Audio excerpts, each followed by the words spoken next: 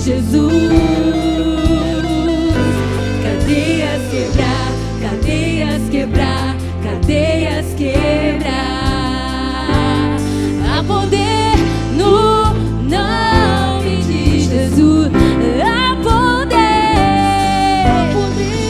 no nome de Jesus. Há poder no nome de Jesus. Cadeias quebrar, cadeias quebrar, cadeias quebrar. Há poder no nome de Jesus. Esse nome há poder no nome de Jesus. Há poder no nome de Jesus. Cadeias quebrar, cadeias quebrar, cadeias quebrar. Ouço cadeias quebrando. Ouço cadeias quebrando.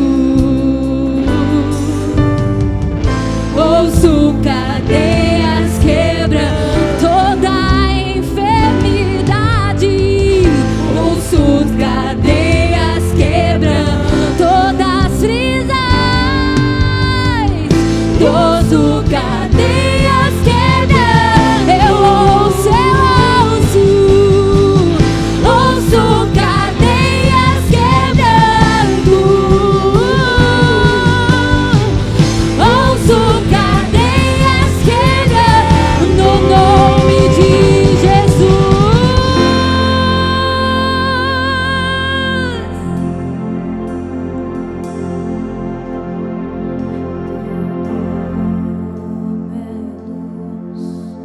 E as trevas fugirão. Não há outro nome igual.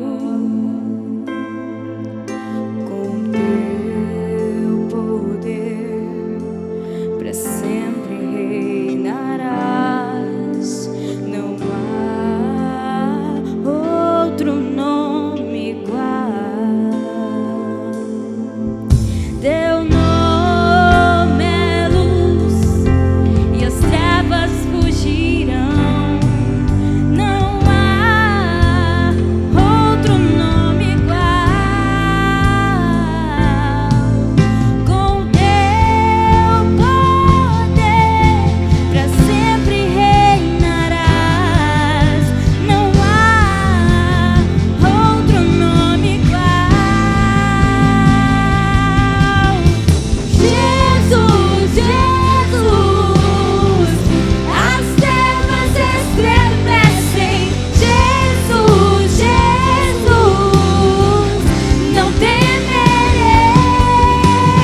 Jesus, Jesus, as trevas estremecem.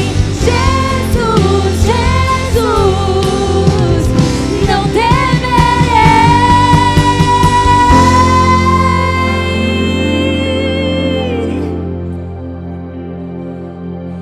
Aleluia.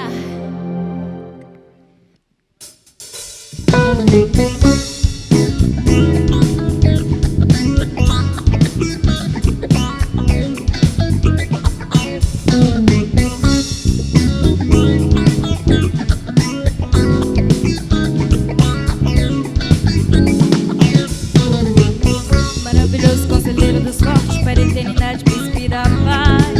O Deus que vence todas as batalhas, Deus que tudo faz. A terra inteira exalta a grandeza desse Deus, porque Ele é sempre fiel e te dá a vitória. Maravilhoso conselheiro dos fortes, para a eternidade, príncipe da paz. O Deus que vence todas as batalhas, Deus que tudo faz. A terra inteira exalta a grandeza desse Deus, porque Ele é sempre fiel e te dá a vitória. Os anjos te louvam e a igreja te adora, cantando aleluia.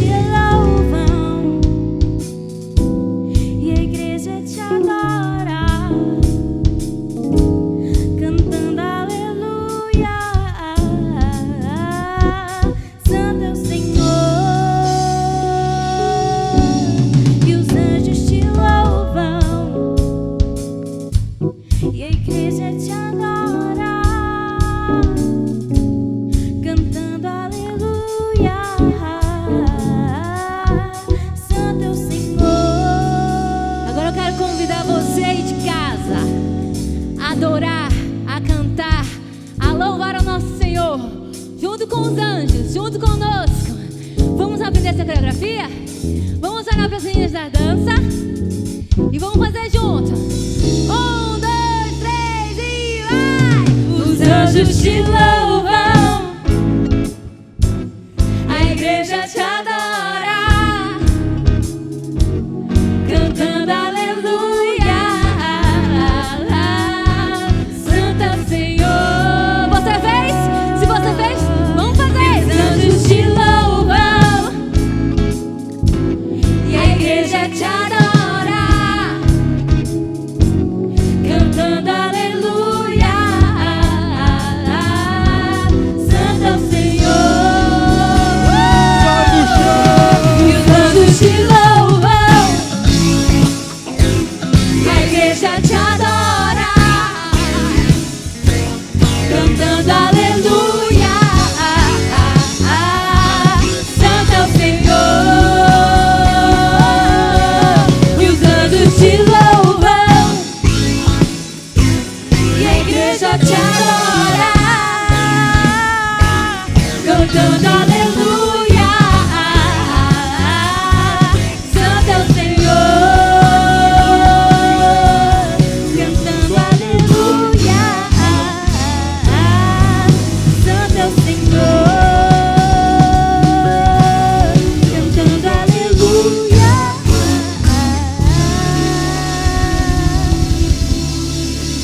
Santo é o Senhor.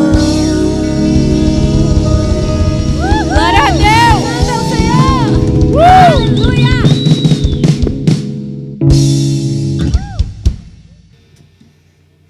A ti nosso louvor e adoração, Senhor. E confiando em ti, nós perdemos todo medo.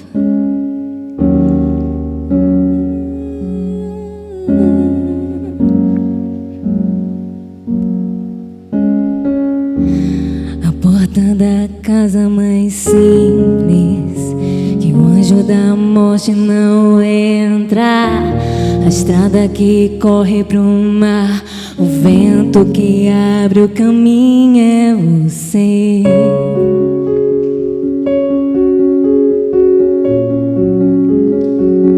É você.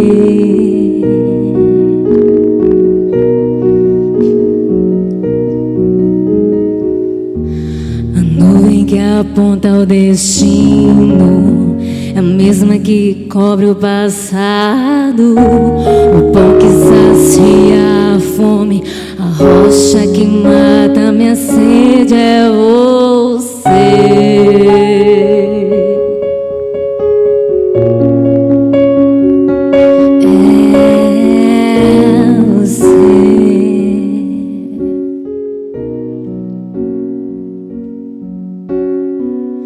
Mais perto do monte, mais perto da face, me espanto com o peso da tua glória. Mais perto da glória, é mais perto da morte, e o medo quer me parar. Então me tira o medo que me faz dizer: Moisés, suba em meu lugar, e me faz entender que a porta aberta é você, chuva forte é você, vento forte é você, e o que me faz tremer as pernas, a porta aberta é você, mas a fé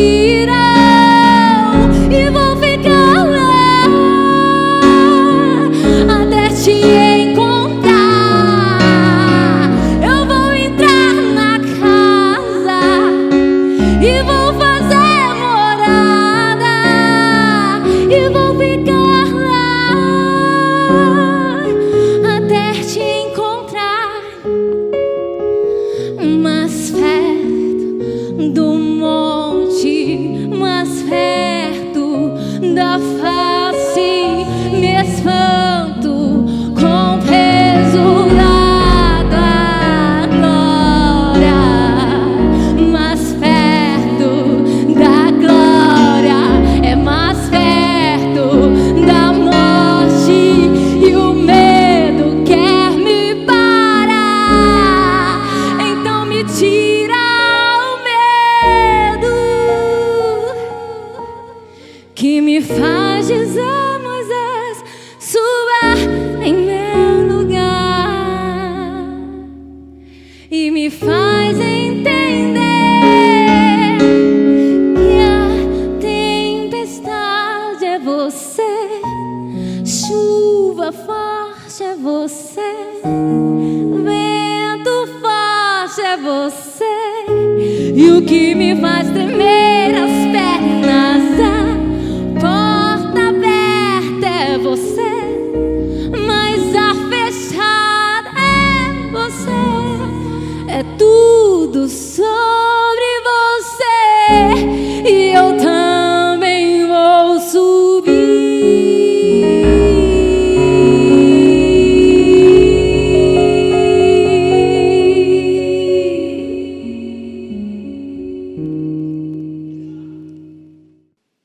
Olá, meu irmão, a graça e a paz do Senhor Jesus seja com todos. Eu quero convidar você a abrir a tua Bíblia no livro de 2 Reis, capítulo 6, e nós leremos do verso 1 ao verso de número 7. 2 Reis, capítulo 6, a partir do verso 1. Disseram os discípulos dos profetas a Eliseu: eis que o lugar em que habitamos contigo é estreito demais para nós. Vamos, pois, até o Jordão, tomemos de lá cada um de nós uma viga e construamos um lugar em que habitemos. Respondeu ele: ide. Disse um: serve-te de ires com os teus servos? Ele tornou: eu irei. E foi com eles. Chegados ao Jordão, cortaram madeira. E sucedeu que, enquanto um deles derribava um tronco, o machado caiu na água. Ele gritou e disse: ai, meu Deus, porque era emprestado. Perguntou o homem de Deus: onde caiu? Mostrou-lhe ele o lugar. Então Eliseu cortou um pau e lançou-o ali e fez flutuar o ferro. E disse: levanta-o, estendendo ele a mão, e o tomou. Vamos orar. Muito obrigado, Senhor, pela tua palavra, muito obrigado por esse encontro, muito obrigado pela forma como o Senhor quer falar aos nossos corações. Te pedimos que o Senhor abra os olhos do nosso entendimento, para que possamos compreender aquilo que Tu queres nos falar nesse momento, nesse dia todo especial. É no nome precioso de Jesus que nós oramos. Amém.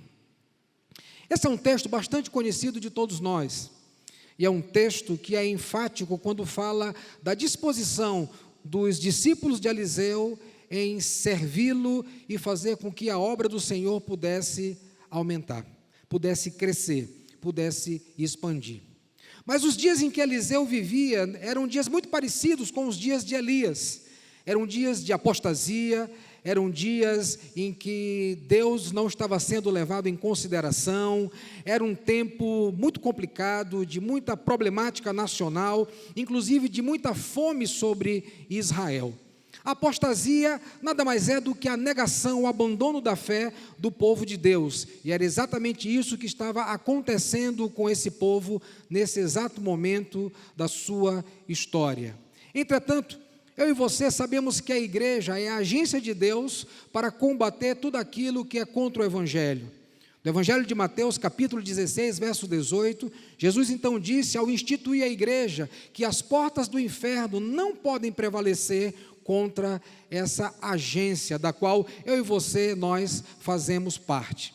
Mas olhando para esse texto, para a disposição dos discípulos, para a presença do homem de Deus, Eliseu, o que nós podemos aprender sobre como posso servir a Deus? Como eu posso servir? Como eu posso me envolver? Como eu posso atuar em alguma área da igreja? Seja você um senhor, uma senhora, um jovem, seja você uma pessoa de 40 anos como eu, 47, na verdade, seja você, quem quer que seja, como você pode servir a Deus nesse tempo da sua vida.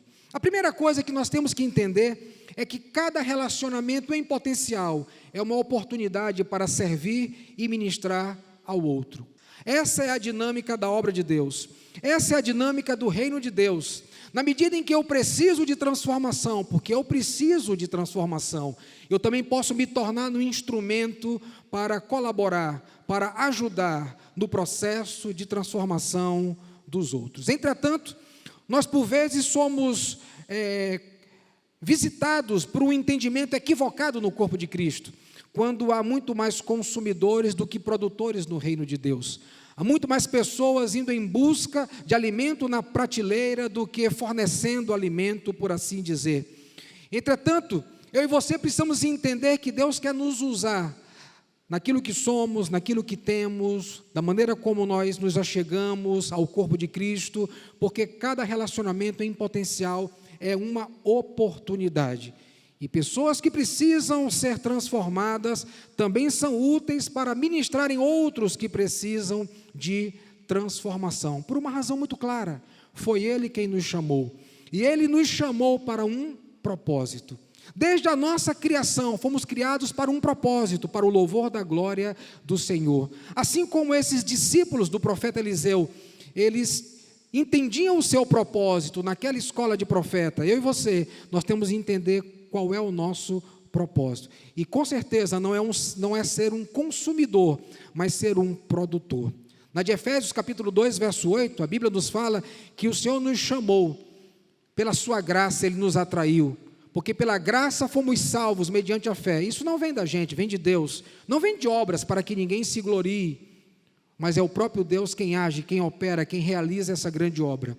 Mas o verso de número 10, por vezes esquecido, nos diz que Ele também predestinou de antemão as obras as quais andaríamos. O Senhor não apenas nos salvou, mas Ele nos salvou para um propósito, para sermos produtores no seu reino. E eu quero compartilhar com você 3 aspectos desse texto. Primeiro, a decisão daqueles que querem servir. A ação daqueles que querem servir a Deus, e a intervenção do Deus a quem nós servimos. O verso de número 1 a 3, ele nos mostra claramente. O texto diz que aquele lugar era pequeno, a escola de profetas havia crescido, mesmo em dias difíceis, de apostasia, e a grande questão é que a igreja é a resposta contra a apostasia. É na igreja que iremos encontrar resposta para combater todo tipo de apostasia. E é no momento em que nós nos dispomos para servir ao Deus que combate as apostasias, que então essa ação passa a acontecer. E o texto é claro quando diz que esse lugar era pequeno, mas aqueles homens tinham uma ação grandiosa. Eles então se levantaram, eles discerniram que aquele lugar era pequeno, procuraram Eliseu e disseram: olha, nós iremos ampliar esse lugar. Nós iremos até o Jordão, queremos a tua bênção, queremos que você vá conosco, e nós iremos cortar madeiras para fazer vigas e então ampliar o lugar onde nós estamos. Essa foi a ação daqueles homens, essa deve ser a nossa ação também. A obra de Deus é grandiosa e vai requerer de nós uma ação grandiosa também. Portanto, aqueles homens então se levantaram, eles entenderam a necessidade e eles foram fazer a ampliação daquele espaço onde eles habitavam junto com o profeta Eliseu. E quando nós olhamos essa ação desses homens para o crescimento da obra, na qual eles também estavam inseridos, nós podemos contemplar pelo menos 3 coisas na vida desses discípulos do profeta, na vida desses homens que também serviam ao Deus a quem Eliseu servia. E a primeira coisa que nós podemos observar na ação desses homens é que eles têm disposição. Eles percebem que o lugar é pequeno, eles percebem que há uma problemática, eles percebem que há uma dificuldade, eles percebem a necessidade de ampliação, e o verso 2 nos diz que um deles diz: vamos. Todos nós, todos juntos, num ambiente relacional, uns com os outros, uns para os outros, uns com os outros para a edificação da obra daquele que nos chamou, daquele que nos resgatou. Essa é a primeira ação que a gente percebe na vida desses homens. A segunda ação, eles têm algo que a gente pode chamar de visão. E por que eles têm visão? Porque é somente no verso de número 6 que a gente vai ver uma expressão a respeito da palavra Deus. E quando essa expressão aparece, é se referindo a Eliseu como homem de Deus. E de fato Eliseu era um homem de Deus. Naamã reconhece que Eliseu é homem de Deus. A mulher sunamita, ela reconhece que Eliseu é homem de Deus. E a própria escola de profeta de Eliseu o reconhece como homem de Deus, e essa é a única menção que o nome Deus aparece dos versos 1 até o verso de número 7, justamente nos mostrando que aqueles homens tinham visão de quem era Eliseu, de quem era Deus na vida de Eliseu e naquela escola de profeta. Em dias tão angustiantes para a nação de Israel, era necessário que, em meio à fome, em meio à idolatria, em meio à crise nacional, a igreja se levantasse como uma voz profética, como uma proclamação das boas notícias. E aqueles homens, na sua visão, eles reconhecem exatamente isso. Eles olham para Eliseu e eles dizem: olha, você tem que ir conosco. Vem conosco. Eliseu: eu vou com vocês. E quem é Eliseu? Eliseu é um homem de Deus, e é isso que define o ministério de Eliseu, é isso que define aquela escola de profetas, e é isso que deve definir a nossa vida como servos de Deus. A ação desses homens envolve disposição, disponibilidade e visão da grandeza de Deus, da presença de Deus, da envergadura de Deus sobre tudo aquilo que Ele quer realizar na nossa vida. Mas aqueles homens também estavam envolvidos com submissão. O verso de número 1 diz que eles procuram Eliseu e diz: Eliseu, nós precisamos ampliar essa casa de profetas. E o profeta Eliseu diz: podem ir, dá uma ordem, vocês podem ir, eu estou com vocês, vão lá, estão abençoados. E aqueles homens vão debaixo da orientação do profeta, porque se certamente aquele homem de Deus, o profeta Eliseu, dissesse não é tempo, eles certamente se recolheriam. Isso é submissão, é a prova mais evidente que nós estamos andando em obediência à palavra do Senhor, estamos andando em sujeição uns aos outros, que é uma característica de alguém cheio do Espírito Santo. De Efésios capítulo 5, verso 18, há uma ordem do apóstolo Paulo para a sua igreja. Depois dele falar da grande obra do Senhor na vida da igreja, resgatando do império das trevas e transportando para o reino do Filho do seu amor, agora o apóstolo Paulo vai dar recomendações de como viver a vida cristã uns aos outros. Ele então recomenda que é necessário ser cheio do Espírito Santo.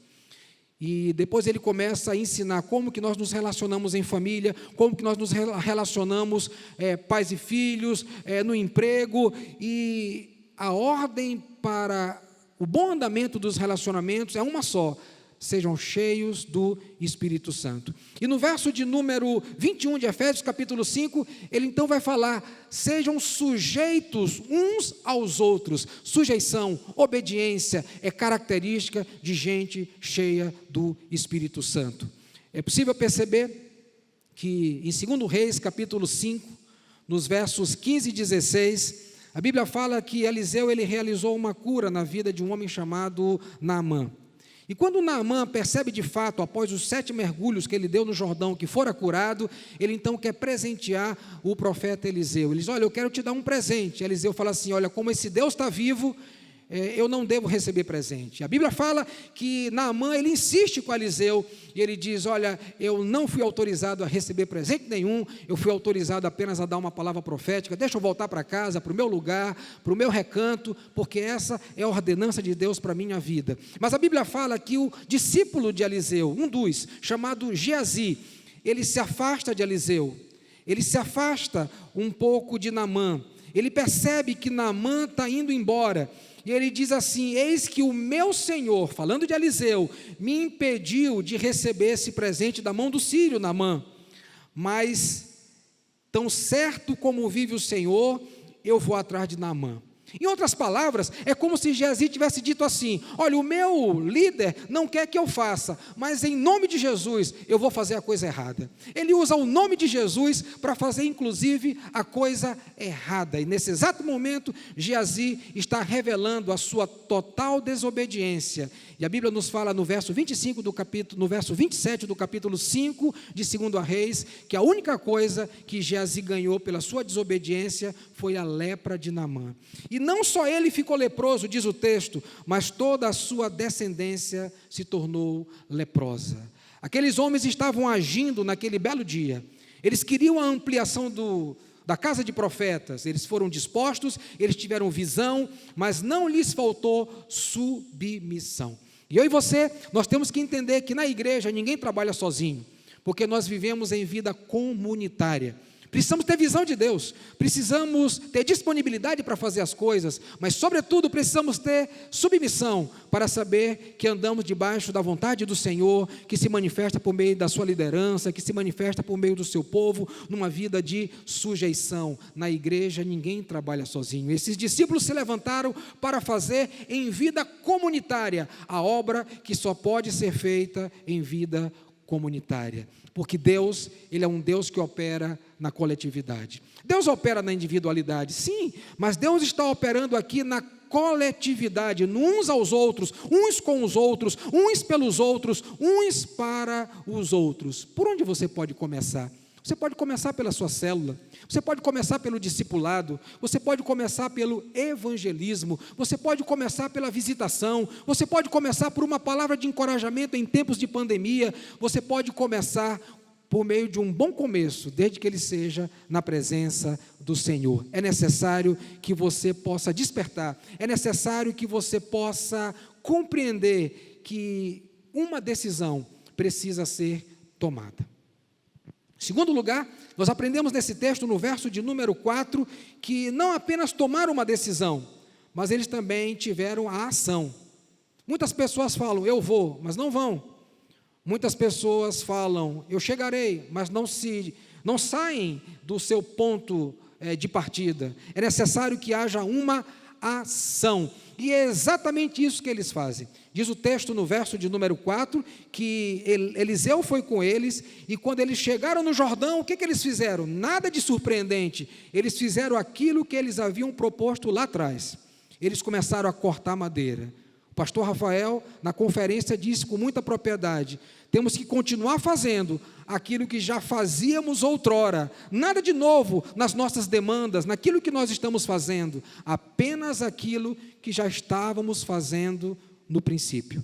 E é exatamente isso que eles vão fazer, eles vão agir, eles vão cortar madeira, eles se preocuparam, tomaram todos os cuidados e juntos eles foram fazer aquilo, vida na vida, estavam juntos cortando madeira para o crescimento da obra do Senhor por meio daquela escola de profeta. Deus age por meio da sua comunidade.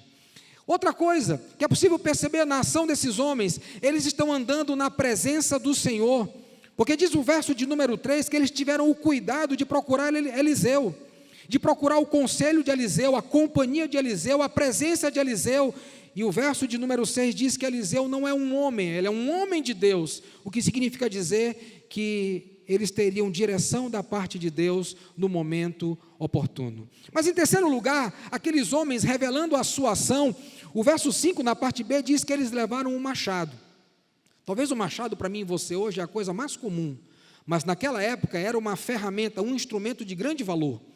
E de tal maneira que eles tiveram que pedir emprestado, porque como discípulos de uma escola de profeta, eles não tinham um machado à disposição. É talvez como se você fosse para um retiro e tivesse que tirar uma foto de um iPhone 19, que ainda nem foi lançado. E você, por não ter o iPhone, pediu emprestado. E a pessoa te emprestou o iPhone de última geração, que custa pelo menos uns 20 mil reais. Mas, acidentalmente, aquele iPhone muito caro e muito precioso, e que poucas pessoas disponibilizam, caísse no rio, caísse no lago, e você, então, passa a perceber que algo de grande valor está sendo perdido. Mas o que a gente percebe aqui é que aqueles homens tiveram total responsabilidade de levar com eles ferramentas adequadas. A ação deles não é uma ação afoita, sem sentido, sem direção, pelo contrário, muito planejada e muito bem planejada, porque é dessa forma que eu e você fazemos a obra de Deus. E eles levaram tudo o que era necessário, uns aos outros, relacionamento, andaram na presença de Deus, algo inegociável, e também levaram consigo a ferramenta adequada. Sabe o que nós aprendemos aqui? Que para fazer a obra de Deus, precisamos fazê-la do jeito certo, precisamos fazê-la da maneira correta. E por vezes, a maneira como nós estamos fazendo não é a maneira de Deus. O jeito como nós estamos fazendo não é o jeito de Deus, porque é o jeito de Deus, é a maneira de Deus que vai fazer com que a obra dele dê certo, porque a obra, sobretudo, é dele. Nós olhamos na ação desses homens, essas características, eles estão juntos na presença de Deus e com as ferramentas adequadas. Mas em terceiro e último lugar, a gente percebe nos versos de 5 a 7 a intervenção. Se a obra de Deus, precisa haver disposição. Se a obra de Deus, precisa haver ação. Mas se a obra é de Deus, uma hora ou outra vai ter uma intervenção da parte do Eterno. E o que acontece nos versos de 5 a 7? Eles estavam cortando madeira para fazer vigas, como eles haviam dito anteriormente. Mas de repente, o ferro do machado se descola do cabo e cai no rio Jordão. E qual é a palavra daquele discípulo de profeta quando vê isso? Ele diz: ai meu Deus, não foi nem porque ele deixou de cortar viga, não foi porque ele deixou de trabalhar e ia começar a ficar ocioso, mas a primeira coisa que vem à mente daquele homem era emprestado. O iPhone 19ª geração, que custa R$20 mil, que era para fotografar o retiro, caiu no rio e era emprestado. E agora, o que eu faço para pagar aquele iPhone? Os problemas começaram a aparecer, mesmo na vida de pessoas que estão fazendo seriamente a obra de Deus. Coisas ruins podem acontecer com pessoas boas. Não significa dizer que Deus perdeu o controle. Nós estamos vivendo uma pandemia, Deus não perdeu o controle, Ele continua do mesmo jeito que sempre esteve, controlando a criação de A a Z. Ele é o alfa e o ômega, é o princípio e o fim. Ele está conosco, mesmo quando tudo não vai bem. Ele não muda, Ele é o mesmo. Mas para isso, nós precisamos entender duas coisas. Primeiro, que o acidente para nós não é plano infalível de Deus. O acidente para nós é Deus agindo na nossa história. O acidente para nós é plano de Deus para reconduzir a nossa história. É um plano infalível de Deus para reconectar as nossas vidas. Deus está conosco, mesmo quando tudo não vai bem. O segundo entendimento, para provarmos da intervenção de Deus, é que nós devemos ter motivações corretas na obra de Deus. E quando eu falo sobre isso, basta você olhar para o texto e você vai perceber que aqueles discípulos não foram ao Jordão em busca de um milagre, eles foram em busca de trabalho. As motivações daqueles discípulos eram completamente corretas e coerentes com a vontade de Deus. Entretanto, algumas coisas fugiram ao controle daqueles homens, mas não fugiram ao controle de Deus. As nossas motivações na obra de Deus, elas precisam ser corretas, elas precisam ser sinceras e verdadeiras, como é a obra do Senhor e como a obra do Senhor deve ser feita. Ai meu Deus, o ferro do machado caiu, disse o moço, disse o discípulo de Eliseu, disse o aprendiz de profeta. Entretanto, eles haviam cuidado de levar consigo o profeta, que segundo a descrição do verso 6, ele era homem de Deus, porque Deus manifestava-se na vida do profeta. E quase sempre, quando Deus usava aquele profeta, quando um milagre vinha, uma situação era revertida. Lembra daquela viúva que deveria ser amparada, mas ela estava endividada com 2 filhos?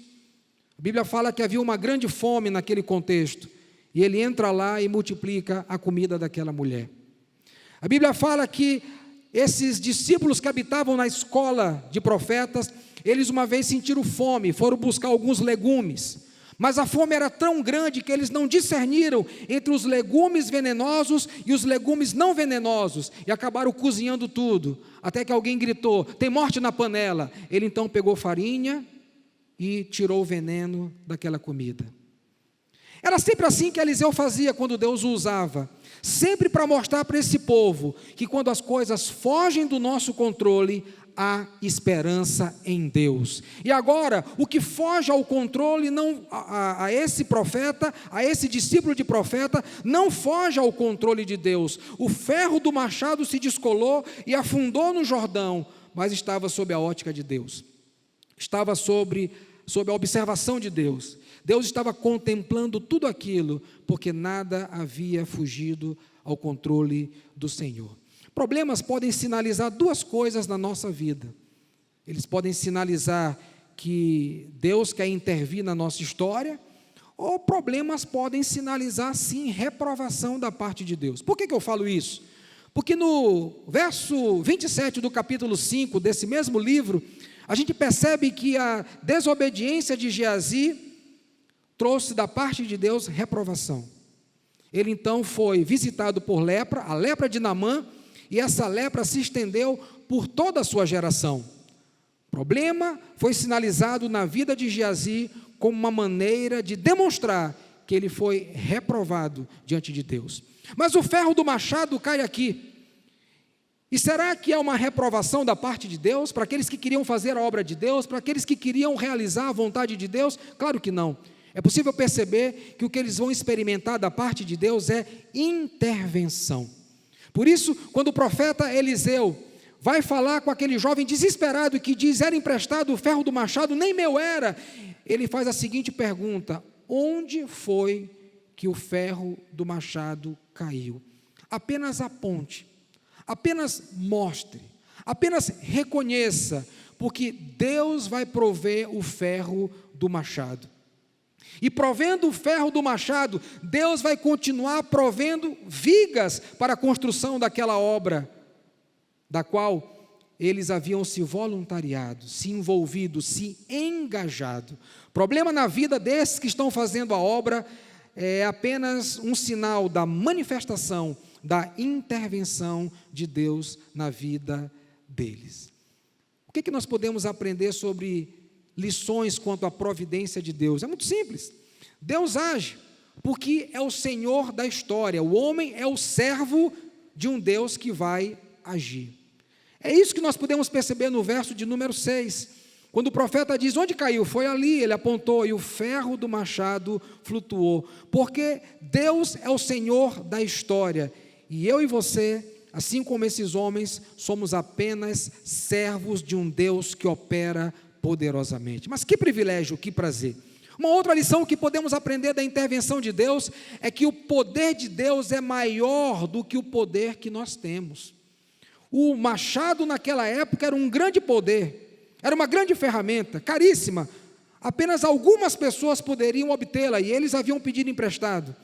Mas o poder de Deus é maior do que todas as tecnologias. O poder de Deus é maior do que o iPhone da 19ª geração. O poder de Deus é aquilo que nós precisamos e dele dependemos para fazer a obra do eterno. Uma outra lição que nós aprendemos da providência de Deus é que Deus faz flutuar o machado, mas ele não faz flutuar a mão para pegar o machado, porque essa responsabilidade é nossa. Em outras palavras, é como se Eliseu tivesse dito ao seu discípulo: você perdeu, você deve recuperar. Você apontou onde caiu. Quando Deus fizer a parte dele, a obra dele, a intervenção dele, a provisão dele, então você estenda a sua mão. Você perdeu, você deve recuperar, porque o reino de Deus é um reino composto de pessoas que entendem o que é responsabilidade. Nós queremos fazer a obra de Deus, mas não foi de qualquer jeito, não foi de qualquer maneira, não foi de qualquer forma. Eles fizeram e fizeram com muita propriedade e com muita responsabilidade. Que dia desafiador, que dia empolgante na vida dos discípulos, mas que dia tremendo, pela forma como Deus mais uma vez usa a vida do profeta para trazer lições poderosas da parte do Eterno para a vida daqueles que estavam aprendendo essa caminhada. E sabe o que eu aprendo aqui? Como é bom ter por perto um líder espiritual. Como é bom ter por perto um discipulador. Como é bom ter por perto alguém que vai nos orientar segundo as Escrituras. Como é bom ter por perto alguém que vai nos ajudar a redirecionar o nosso coração e a redirecionar toda a nossa caminhada. Eliseu tinha por perto a Elias. Diz o texto aqui em Reis que Eliseu servia a Elias lavando as suas mãos. Geazi teve a Eliseu, mas Geazi ficou distante de Eliseu quando pediu permissão para pecar contra Deus. Ele abandonou a companhia que poderia orientá-lo. Esses discípulos que se dispuseram a reconstruir, a ampliar aquela casa, eles tinham por perto a Elias, e o Senhor, Ele reconectou a sua vida. A obra de Deus se faz dessa maneira, com disposição, com ação e com a intervenção da parte de Deus. Que o Senhor possa usar a tua vida, dia a dia, para que você possa ser instrumento nas mãos do Eterno, para a edificação da sua obra, em nome de Jesus. Eu quero orar com você. Pai querido, nós queremos nesse momento orar pelo teu povo, orar pela tua igreja, orar pelos teus eleitos, nesse momento tão desafiador da nossa história, nesse momento tão crítico da nossa existência. Entretanto, nós temos nos levantado para fazer a tua obra, nós temos agido, nós temos nos posicionado, queremos ser despertados para ela, e confiamos plenamente que o Senhor é aquele que intervém com a tua providência, dia a dia na nossa existência. Senhor, é no nome de Jesus que nós oramos e abençoamos o teu povo. Amém, amém e amém.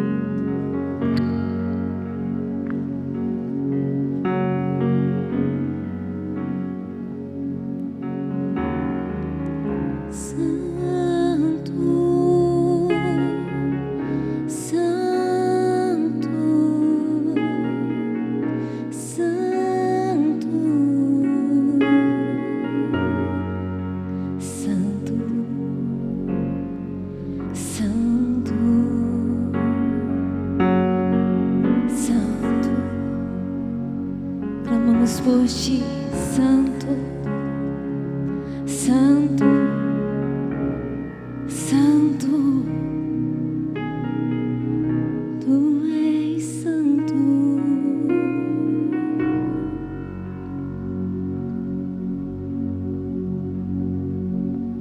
Santo, Santo.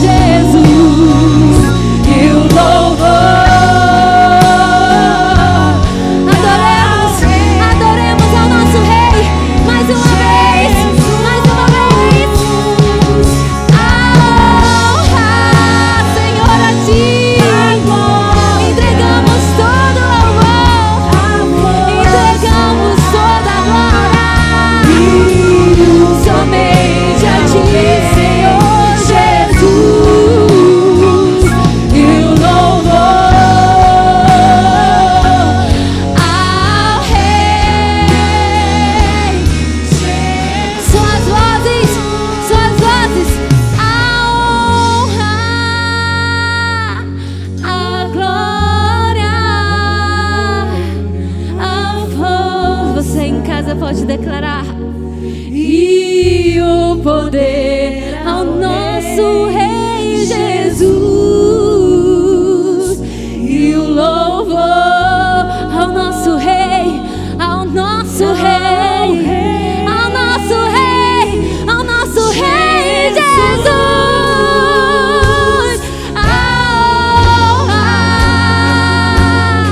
A glória,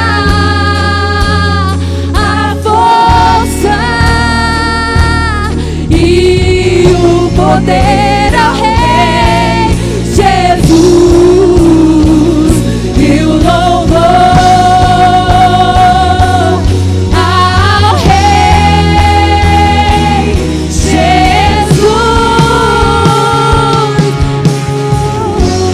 ao nosso Rei Jesus.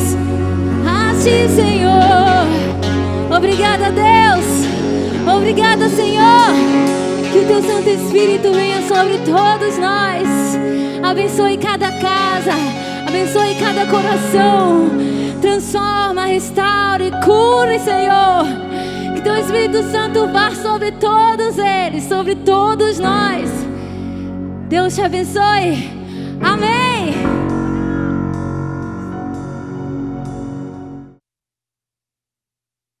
O leão não pode ficar sem rugir, e as águias não podem ficar sem voar nas alturas. Aos profetas, Deus conta os segredos do seu coração. Mesmo incompreendidos ou caluniados, não recuaremos. Nós não andamos segundo a vontade dos homens, e o homem natural não nos discerne. Nós somos a loucura do mundo, a voz dos que não falam. Nós temos um clamor, nós temos um clamor.